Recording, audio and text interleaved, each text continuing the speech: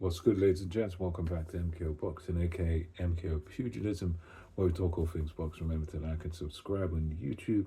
Follow me on TikTok too. So, yeah, let's get into this one. So, last night's main event, live on Netflix for millions and millions to see. We had Tyson Fury headlining at the Tottenham Hotspur Stadium versus Arslan Beck, the Lion, Makhmudov. And this was Tyson Fury's comeback after a layoff of like 16 months. He'd been out of the ring, and since obviously the beaten by Usyk in a decent fight. And yeah, last night it wasn't a great fight, but I would say overall it was pretty much what Tyson Fury needed.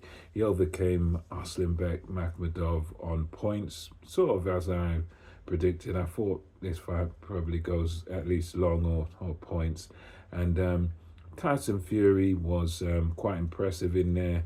But I think a lot of that was down to the fact that Makhmudov was kind of tailor made for him. I mean, there was a little bit of a struggle in the first, I would say, maybe the first two rounds, especially the first, where Makhmudov was a little bit fresh. He came in and tried to sort of just steam straight into Tyson Fury. He tried to kind of rush him, and it was just the size and weight of him. He sort of pushed Tyson Fury back and would get him against the ropes, and but it was only the lack of speed he has where he couldn't really capitalize. But he was using his body weight, pushing Tyson Fury back and trying to wing in wild shots, but just a bit too slow. But he was able to put pressure on Tyson Fury, and physically it was a bit tough in the opening couple of rounds. But it's just as the fight wore on, when it got beyond sort of, I would say when it got to about round three, Makhmudov was already sort of breathing heavily and kind of, he was showing Tyson Fury that he was tired. So there was so much that Makhmudov was doing wrong. It was unbelievable. I mean, everything he felt, he was showing it. He was tired. He was breathing. The body language was bad going back to the corner. And it turned out to be just basically Tyson Fury versus the heavy bag for the rest of the fight. Fury peppered him with that flicking jab that he does, that half legal thing where he flicks with the wrist, and he was peppering Makhmudov with the jab all night long, switching stances. And if Tyson Fury could hit, was a bigger puncher, Makhmudov would have been out there very quickly, because he was finding a home for this uppercut, right uppercut every single time, finding a home for it, leading Makhmudov in. Makhmudov slowly tries to ponder in and throw, and every time he was coming in, bang, uppercut by Tyson Fury. And Fury was so relaxed and comfortable in there that he was doing the uppercuts with both hands. He'd switch to southpaw, pepper with the right jab, and then as Makhmudov, bang, take an uppercut. And he was just having his way with Makhmudov in there. It was very, very one-sided.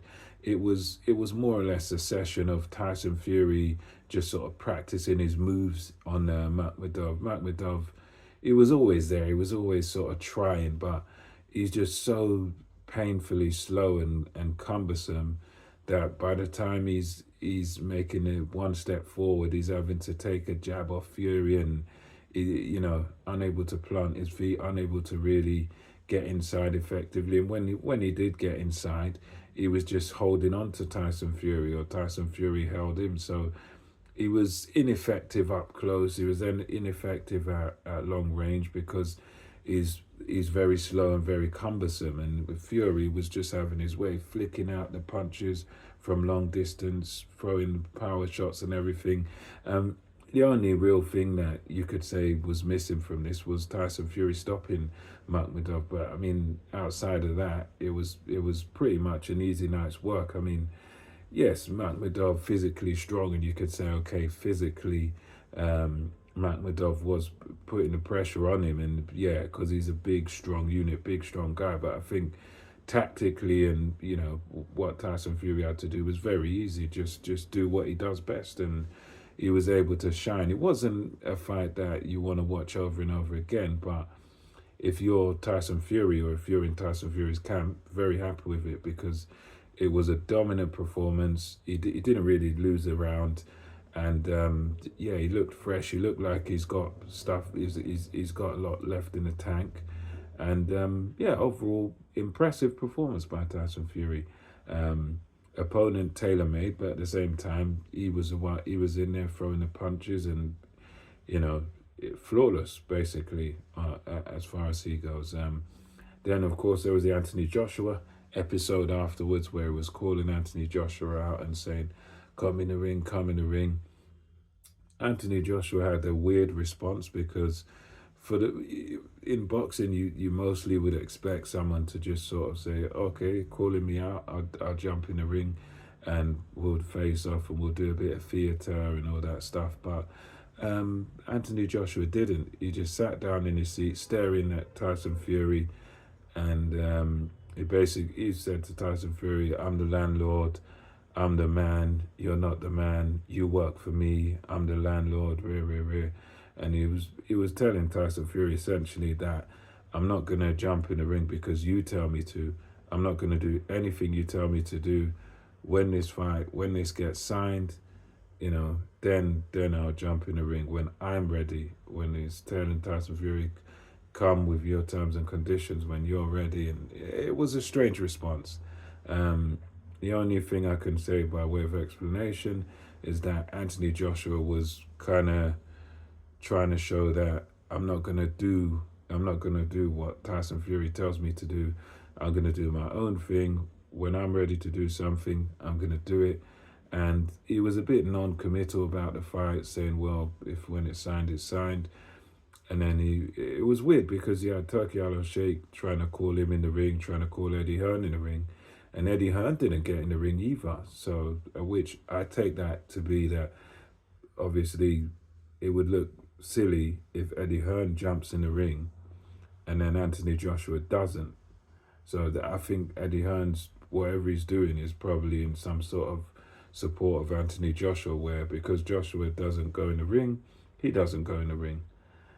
Because if he was to get in the ring without Anthony Joshua and say, yeah, it's all done, well, Anthony Joshua would be just sitting there, it wouldn't make any sense. But yeah, by what Joshua was saying in his interview after with Anna Woolhouse, he seemed to be suggesting maybe a warm-up fight or something before Tyson Fury, and I think that would make sense. But at the same time, these things normally go wrong when you have a warm-up fight. And normally someone loses, and at this stage,